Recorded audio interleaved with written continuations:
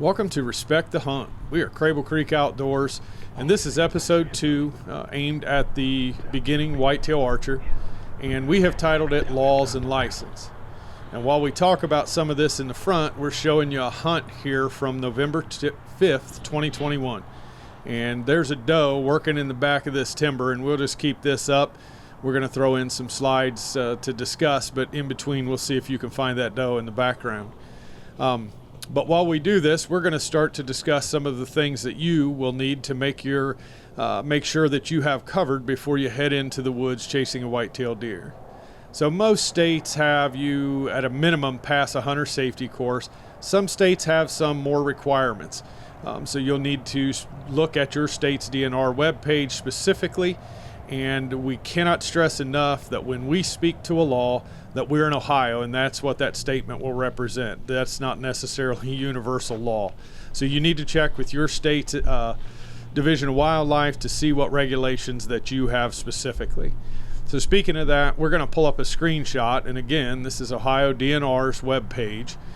Here it shows, you can see you can buy your hunting and fishing license. It shows your recreational trails. It'll even go into the information that you need to what you have to have and what the requirements are to purchase those licenses. So this page just has a wealth of information that you can access, and I am certain that your state has this as well.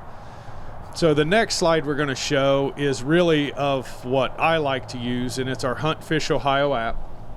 It's from the Division of Wildlife, and it's another resource that is out there. You can find everything you need. There's links to everything in that. And also, you store your license and tags. They're right there. If you need that, we can use that in Ohio to show the game warden. And you can also, for those kills that require a check-in, that's accessible on here as well. There are links located for all the information that you're going to need. Now, as we just kind of highlighted these a little bit, but we want to stress again that you need to check with your state's DNR to make sure that the regulations in your state, area, or zone are being followed. We have access in ours to a list of game wardens in each county, and we use this a lot. We'll text them, they give the game warden's name and their phone number, and really, I don't call them, but I will text them. I'll text them a couple questions or whatever. I might even send them screenshots. You know, can I have access here? Can I do this? Is this what I am seeing? Is this correct? So on that, you know, they'll send back the information that's right and what you need to follow. Don't be afraid to reach out to them for information. They are certainly not the boogeyman, and they're not in the business of misleading you so they can write you a ticket. All of them that I have interacted with have been more than willing to spend the time, and that just allows us to all get it right. So enough said about our laws. Let's get back into the hunt. So this hunt again occurs on November 5th, 21.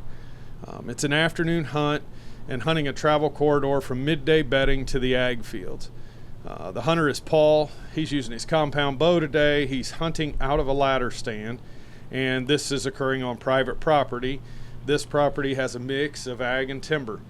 And so the temps were in the high 50s, had an east-southeast wind, only a couple miles an hour, but it was steady and not variable, and that's something you really need to watch as you advance in your archery career. But anyways, the tree stand placement we have is in bow range of 2 main trails, and in this slide we're putting up, you'll see them. They're the red trails, one running north to south and one running east to west. And they intersect, and it's before the deer enter the ag field. So it offers a significant amount of browse in this area for the deer as they stage just before sunset. The entry for us for tonight was straight across the field from the south. Giving the parameters for this hunt allows you to have the basic details of why Paul was successful. In this particular section of timber, we can do straight access from the truck with a north or east wind. The bedding allows this, but it's never bulletproof, and at times the deer don't cooperate. We may from time to time bump one on the way coming in.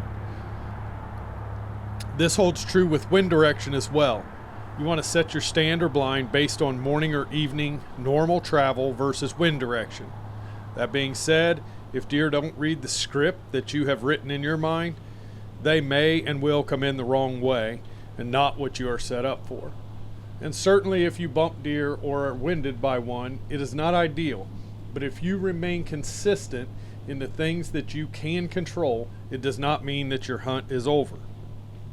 So back to this hunt.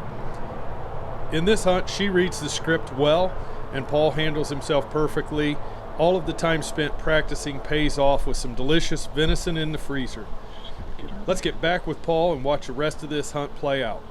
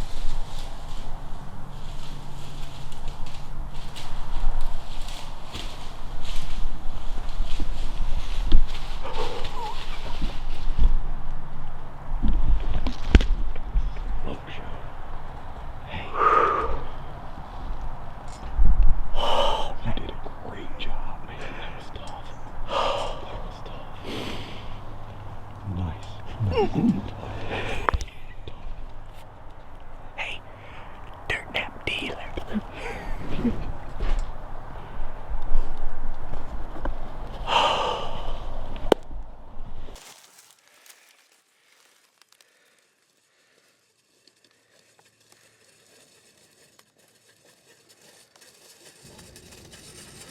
Thanks for following along on this hunt. We hope you picked up a tip or two that'll help you fill your freezer this fall. If you would, hit the like and subscribe button. That really helps us out. You can hit the bell for notifications when we download a new video, and you can leave a comment telling us what else you would like to see.